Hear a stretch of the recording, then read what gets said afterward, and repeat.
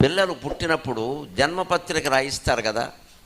ఆ జ్యోతిష్ శాస్త్రవేత్తల దగ్గరికి వెళ్ళి, మా వాడు నిన్న రాత్రి 11 గంటల ప్రాంతంలో పుట్టాడంటే, అలా కాదమ్మా, ఆయనకి ఇంచుమించు సమయం చెప్పమంటారు. ఇప్పుడు ఏదో పూర్వం సమయం చెప్పేవారు కాదు, చెప్పగలిగేవారు కాదు.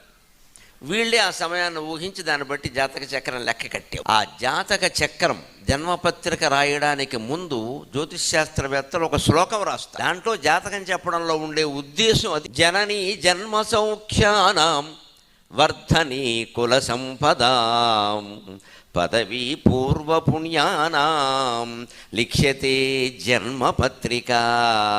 అది జ్యోతిష్ శాస్త్రం యొక్క ప్రధాన ప్రయోజనం. అబ్బాయి, నువ్వు ఈ జన్మపత్రిక రాయడం ఎందుకు? జన్మపత్రిక రాస్తున్నావు ఒక శిశువు, ఆడో మగో ఎవరైనా. ఈ పత్రిక, ఈ జాతక చక్రం, ఈ నవగ్రహ కూటమి, ఈ విశేషాలన్నీ ఇవన్నీ దేనికంటే, మనం ఈ జన్మలో అనుభవించవలసినటువంటి అపూర్వమైన సౌఖ్యాలకి అది జనని తల్లి. ఈ పత్రిక అంటే అది మనకి తెలియజేస్తుంది.